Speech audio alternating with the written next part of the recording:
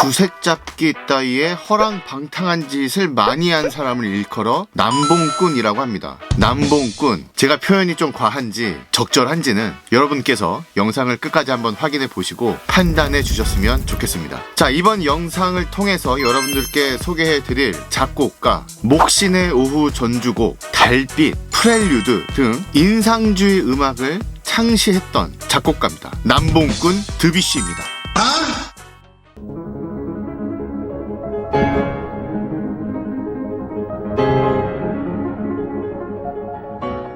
1862년 프랑스 파리 근교에서 태어난 드뷔시. 드뷔시의 음악적 재능을 발견한 것은 드뷔시의 부모가 아니었습니다. 프랑스 남부 니스에 살고 있었던 친척 아주머니였는데요. 이 친척 아주머니는 드뷔시에게 2년 동안 피아노를 가르치게 됩니다. 피아노를 배운 드뷔시는 10살 때 프랑스 파리 고등음악원에 입학을 하게 됩니다. 대단하죠? 어떻게 2년 동안 피아노를 배우고 파리 고등음악원에 입학을 할 수가 있죠? 천재가 아니고서는 상상할 수도 없는 그런 일들이죠. 아마도 드뷔시 역시 천재가 분명하다라고 생각이 듭니다. 뭐 어쨌거나 그 당시 굉장히 천재였던 드뷔시, 프랑스 파리 고등음악원에서 정말 뛰어난 학생으로서 이름을 날리고 있었습니다. 드뷔시가 18살이 되던 해 당대 최고의 예술가를 후원하던 폰 메크 부인이라고 하시는 분을 만나게 됩니다. 당대 최고의 예술 후원자인 폰 메크 부인은 그 당시 차이콥스키를 후원하고 있었고요. 대단한 러시아 부호 중에 한 분이셨습니다. 철도 회사가 3개가 있었다고 해요. 그래서 자신의 별장을 순회할 때는 자가용 기차를 타고 다니셨던 그런 분이셨다고 합니다. 정말 어마어마하죠. 그런 폰 메크 부인의 추천을 받게 됩니다. 폰 메크 부인의 여름 휴가 기간 동안 아르바이트를 가게 됩니다. 딸 소냐를 가르치기 위해서. 자, 이렇게 해서 드뷔시는 폰 메크 부인을 만나게 됩니다. 18살의 드뷔시, 폰 메크 부인의 딸 소냐를 만나게 됩니다. 그 당시 소냐는 15살, 막 사춘기가 지난 어린 소녀였어요. 자, 여러분 상상이 좀 가시나요? 어땠을까요? 휴가 기간에 만났습니다. 뭐 분위기는 좋았겠죠. 프랑스에서 왔고 패션 감각이 뛰어났던 그런 사람이었다고 합니다. 이 사춘기가 갓 지난 소냐에게는 굉장히 멋져 보였던 오빠였을 것 같다라는 생각이 듭니다. 이 드뷔시는 폰 메크 부인의 이 재력과 이 어린 소냐를 보면서 어떤 마음이 들었을까요? 이 소냐에게 사랑의 감정이 생기게 됩니다. 철부지 같은 이 드뷔시였죠. 18살이니까 뭘 알았겠습니까? 이 폰 메크 부인에게 당당하게 갑니다. 당신의 딸과 결혼하고 싶습니다. 참 어이가 없죠. 여러분 같으시면 어떠시겠습니까? 18살짜리가 와가지고 15살짜리 내 딸이랑 결혼하겠다고 오는데 그거 어떻게 하시겠습니까? 바로 쫓겨납니다.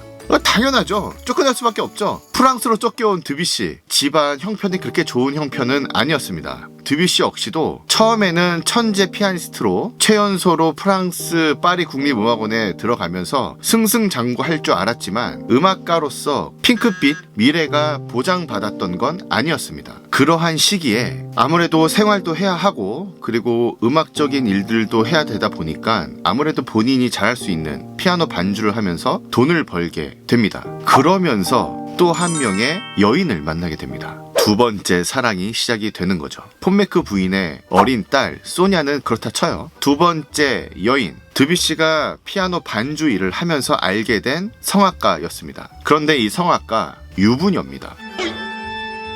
그리고 나이가 30살이에요. 그 당시 드뷔시 나이가 19, 그리고 30살의 유부녀 마리 바니의 부인입니다. 일단 30살이라고 하는 여인의 이 나이는 원숙한 여자의 미모를 나타낼 수 있는 그런 나이잖아요. 거기다가 바니의 부인의 남편은 은행가였습니다. 재력도 있었고 생활 형편도 그렇게 나쁘지 않았습니다. 둘 사이에 이렇게 사랑이 좀 싹 터 가면서 부인의 남편이 이제 집으로도 초대를 하게 되죠. 처음에는 잘 모르니까 우리 부인을 도와주는 정말로 음악적 재능이 있는 청년이구나 라고 생각해서 초대를 하게 되죠. 자, 이 부인의 남편의 이름이 바로 앙리라고 하시는 분입니다. 이 앙리라고 하시는 분, 제가 보기에는 굉장히 박애주의자예요. 이 사람을 굉장히 사랑하는 사람 같습니다. 이 드뷔시한테 너무 잘해줘요.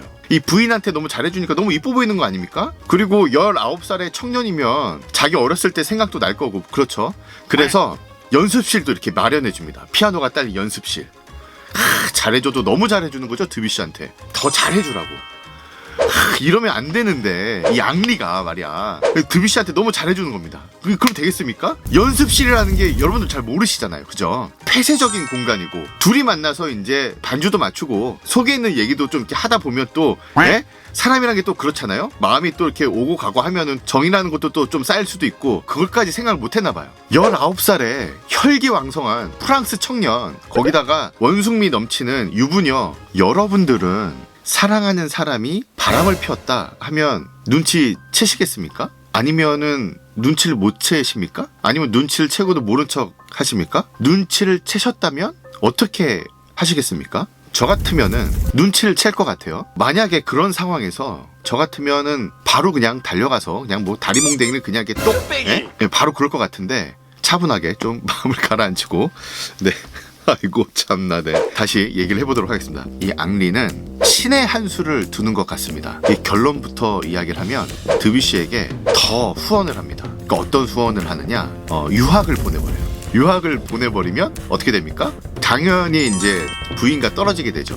이 앙리라고 하는 사람이 드뷔시의 그 어렸을 때의 철부지의 그런 것들을 이해를 하면서 그냥 묵묵히 도와주고 이 어린 청년이 음악가로 성장할 수 있게 더 후원을 해주게 돼요. 이 앙리의 도움으로 인해서 드뷔시는 로마 대상이라는 것을 수상을 하게 됩니다.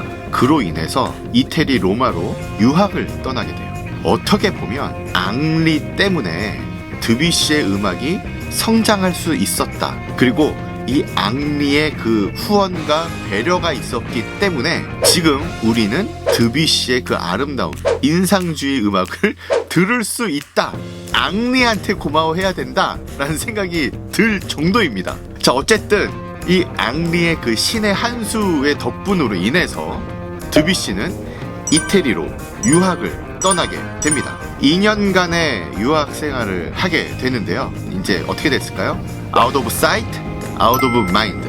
자, 눈에서 멀어지게 되니까 바니의 부인과도 멀어지게 되고 앙리도 멋있게 후원도 하고 청년도 보내버리고 가정도 지키게 되고 참 앙리가 대단한 사람이다 라고 생각을 합니다. 드뷔시 얘기를 하고 있는데 앙리 얘기로 끝난지 잘 모르겠는데 어쨌든 드뷔시의 두 번째 이야기는 이렇게 앙리로 인해서 아름답게 마무리가 됩니다. 자, 2년간의 유학을 마치고 온 드뷔시. 이 로마 대상으로 인해서 드뷔시의 음악도 한 단계 업그레이드가 됩니다. 낭만시대 음악에서 이제 탈피를 해서 새로운 음악, 인상주의 음악으로 업그레이드가 되는 새로운 국면을 맞이하게 됩니다. 그런데 말입니다. 드뷔시의 여성 편력 또한 새로운 국면으로 파국에 치닫게 됩니다. 이 다음부터 제가 여러분들께 해드릴 이야기들은 자살소동.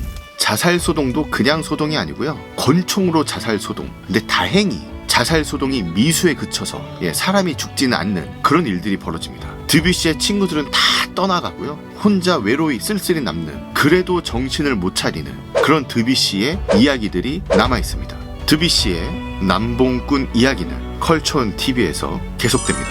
컬처온TV의 피아니스트 김용진이었습니다. 안녕.